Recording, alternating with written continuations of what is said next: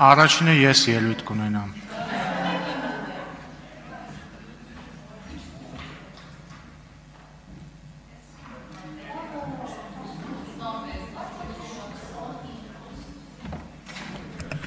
Հարգելի գործընկերներ, սիրելի ժողովուրդ, այսօր տեղեկացանք, որ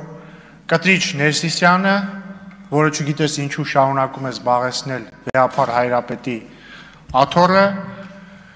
ստիպել է իր ենթականերին, որպեսզի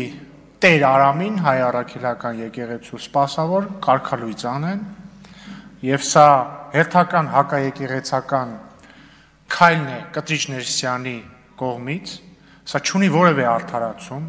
սա չի կարող արդարացվել որևէ կերպ, չունի որևէ հիմք, եւ ես ուզում եմ իմ լիակատար համերաշխությունը հայտնել Տեր Արամին, մեր առաքելական եկեղեցու բոլոր ազնիվ սպասավորներին, բոլոր սրբազաններին, տերհայրերին, վարդապետերին, ամուսնացյալ եւ կուսակրոն քահանաներին, Կտրիչ Ներսիսյանը մարդ է, ով խախտել է Աստծո առաջ տրված իր ուխտը։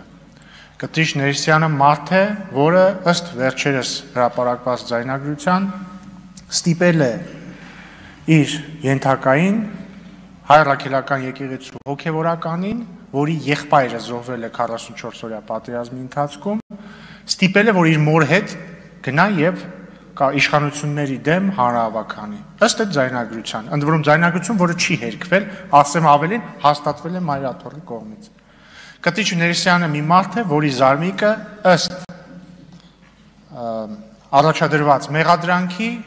ստիպել է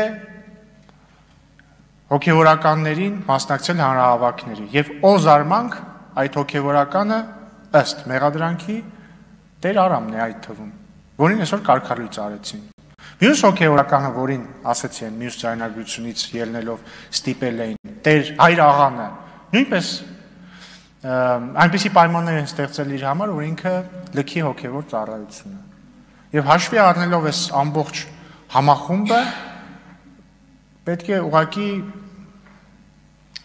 կարծում եմ պետք է ուղղակի համակերպվի Կտրիչ Ներսիսյանը այն փաստի հետ, որ ինքը կաթողիկոս չէ եւ չի կարող լինել, չի կարող հայ ժողովրդի կարևորագույն սրբազան ինստիտուտի գլուխը լինել ուխտազանց մեկը, չի կարող հայ առաքելական եկեղեցու գլուխը լինել մեկը, որ այլ անձանց ստիպում է անել բաներ իրենց կամքին հակառակ, ուղղակի չի կարող։ Եվ առաջարկում եմ Կտրիչ Ներսիսյանին սկսել հավաքել իր իրերը, որովհետև ինքը ոչ միայն պիտի լքի վեհարանը, այլ նաև ինքը պիտի կարգալույծ արվի եւ կարվի։ Շնորհակալություն։